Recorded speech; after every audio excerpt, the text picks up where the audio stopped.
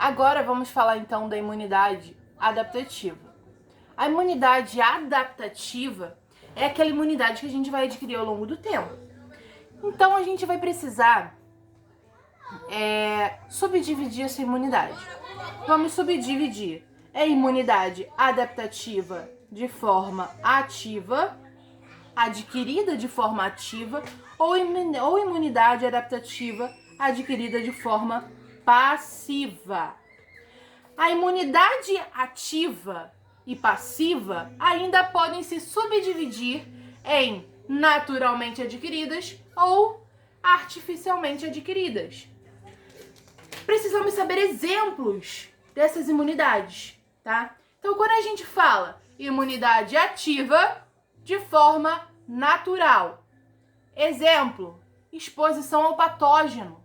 Então, quando a gente está se expondo àquele patógeno selvagem, pegando aquela gripe ali que a gente pega normalmente, isso é um tipo de imunidade ativa natural.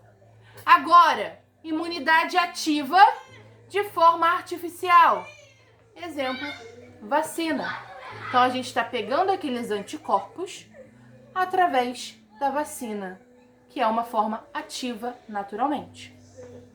Agora, de forma passiva, natural. Exemplo, amamentação. De forma passiva, artificial. O soro, que também é injetado. Então, quando a gente fala da diferença entre ativa e passiva, estamos nos referindo a gasto de ATP, né? Então, quando a gente fala de gasto de ATP, gasto de energia, significa que a ativa ela vai estar sendo necessário um gasto de energia muito maior do que a passiva. Porque a passiva você já está tomando aquilo pronto. É aquele anticorpo pronto. Então, quando a gente se pergunta, quem é mais rápido a ativação? A vacina ou o soro? O soro. Ai, Gabi, então o soro, porque ele é passivo, ele é mais rápido? Exatamente isso.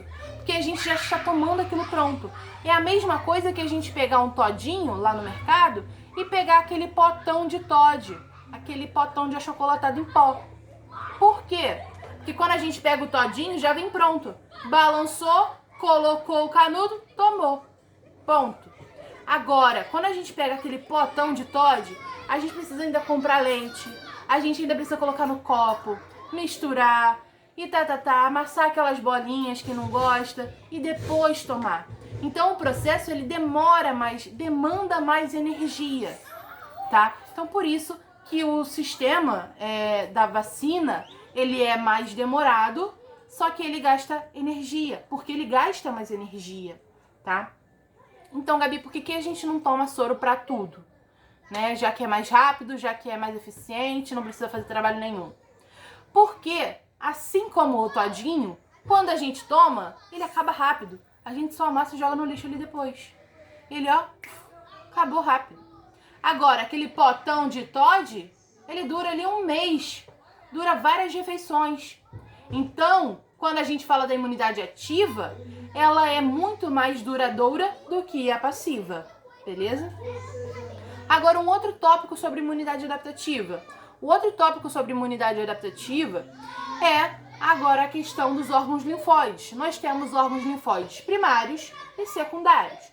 Os primários são todos aqueles órgãos essenciais para a origem e para a maturação daqueles linfócitos. Enquanto os órgãos linfóides secundários são aqueles órgãos que não são tão essenciais assim para a formação daquele linfócito. Ali, nos órgãos linfóides secundários, é onde vai ocorrer a apresentação do antígeno, que é aquele processo em que o macrófago ele faz ali as células reconhecedoras de antígenos, né? Vão reconhecer ali os antígenos e depois vão enviar essa informação lá para o linfócito. Aí o linfócito vai e aprende a como combater aquele patógeno, né? Aquele micro-organismo. Então, voltando, temos órgãos linfóides primários e secundários. Primários, temos dois: medula óssea e timo. Agora, secundários, vários. Apêndice vermiforme, placa de Peyer, linfonodos. Então, todos esses são secundários. Os linfócitos, eles vão nascer lá na medula óssea, assim como todos aqueles que a gente já viu. E eles vão se madurar dependendo do tipo de linfócito. Nós temos dois tipos de linfócito, o linfócito B e o linfócito T. O linfócito T de timo, vai se madurar no timo. Agora, o linfócito B de bone marrow, né, em inglês, ele vai se madurar onde? Na medula óssea, que é bone marrow, né? Apontei aqui para timo, mas o timo é aqui. Releve. Mas é isso. Agora, nós vamos subdividir a imunidade adaptativa em imunidade humoral e imunidade celular. A imunidade humoral, ela vai estar relacionada com o linfócito B de bola. Então, esse linfócito B, ele vai dar ali os processos da imunidade humoral. A imunidade humoral, ela vai estar com a produção dos anticorpos. Então, vamos lá. Assim que a gente tem aquele processo de clonagem dos linfócitos, os linfócitos B, ali da imunidade humoral, vão se subdividir em células de memória e também em células efetoras. As células de memória, porque ele é do sistema imune adaptativo.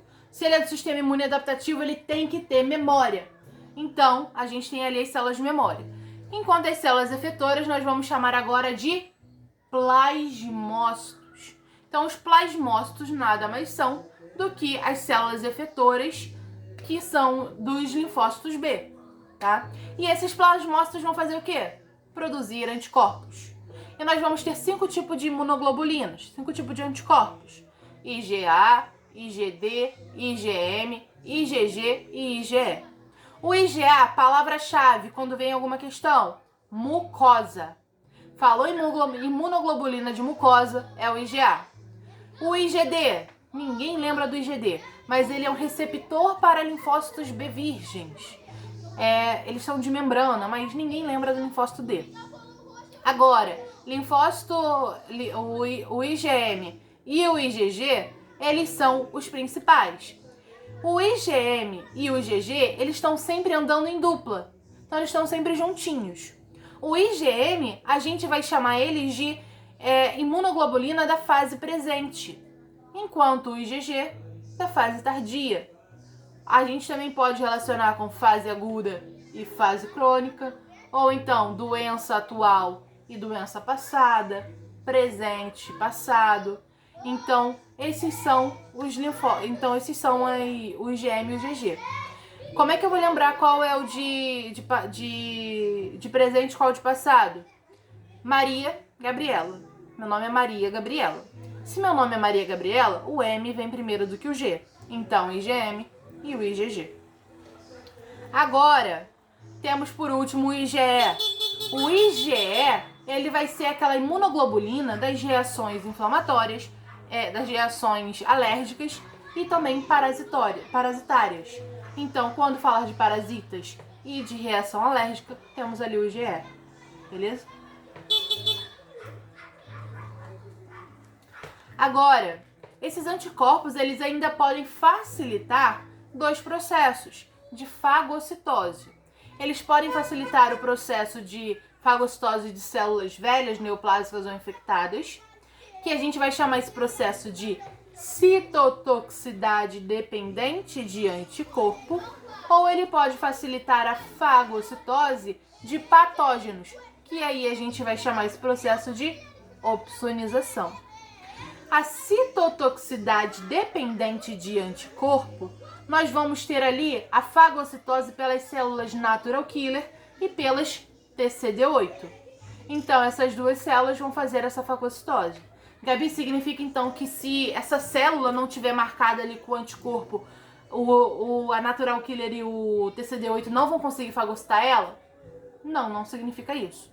Significa que quando essa célula ou patógeno estiver marcado com o anticorpo, Isso significa que ele vai ser mais facilmente encontrado e vai ser fagocitado, destruído com muito mais facilidade. Mas que sem anticorpo as células elas vão conseguir sim fazer a fagocitose delas, tá?